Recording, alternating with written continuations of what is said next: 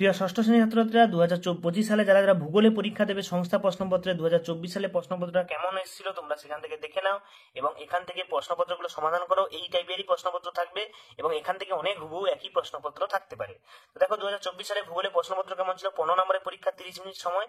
প্রথমে একের দাগে দেখো দুটো এমসিকিউ দিয়েছে। পৃথিবীর সর্বনিম্ন স্থানের নাম কি তোমরা জানো? এখানে প্রশান্ত মহাসাগরে মারিয়ানা খাত হবে। সিন্ধু নদীর উপনদী কোনটা তোমরা উত্তর দেবে। আমি উত্তরগুলো দিচ্ছি না, উত্তর দিলে তোমরা প্র্যাকটিস করতে পারবে না। এখানে প্র্যাকটিস করবে কত নাম্বার পাচ্ছ, না পারলে আমি সেগুলোকে বলবো। তারপরে কি কারণে ইউরেনাস গ্রহের রং সবুজ হয়? ভারতের দীর্ঘতম হিমবাহের নাম কি? তারপর দেখো 3-এর দাগের বাম স্তম্ভের সঙ্গে ডান স্তম্ভ দিয়েছে। এখানে 4 হাফ গুণিতক 2 4 সমান 2। বামন গ্রহ কোনটা? গিরিপথ কোনটা?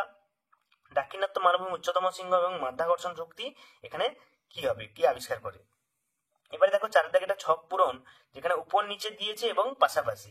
গঙ্গা নদীর প্রবাহ পথে গড়ে ওঠা প্রধান শহর। গঙ্গা নদীর প্রধান শহর কোনটি গড়ে ওঠা? তারপরে শনি কৃত্রিম উপগ্রহের নাম হচ্ছে টাইটান, তাই তো? এখানে টাইটান নিবে আর এদিক দিয়ে কি হবে সেই শহরটার নাম আমি একটা বলে দিলাম, একটা তোমরা নিজে থেকে করবে। তারপরে এখানে দেখো 5-এর দাগে আমরা 2 নম্বর পেজে চলে আসছি। আমি সৌরজগতের বৃহত্তম গ্রহাণু। নির্দিষ্ট কক্ষপথে আমি সূর্যের চারিদিকে পাক খাই, আমি কি? এখানে গ্রহাণু বলেছে, তো দেখবে এখানে কি হবে। আমি একটি হিমবাহ, তিব্বতের মানস সরোবরের নিকটে আমার অবস্থান, আমার কোল থেকে ব্রহ্মপুত্র নদ উৎপন্ন হয়েছে, আমি কি? তো এখান থেকে তোমরা অ্যান্সার দেবে, বই দিকে দেখবে।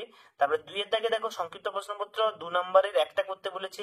উষা গোধূলি বলতে কি বোঝো আর দুন ও তরাই বলতে কি বোঝো? এর মধ্যে যেকোনো একটা প্রশ্নের উত্তর দেবে, এটা খুবই ইম্পর্টেন্ট, প্রতি বছর পরীক্ষায় আসে। 7-এর দাগে দেখো 3 নম্বরে দুটো দিয়েছে, একটা করতে হবে।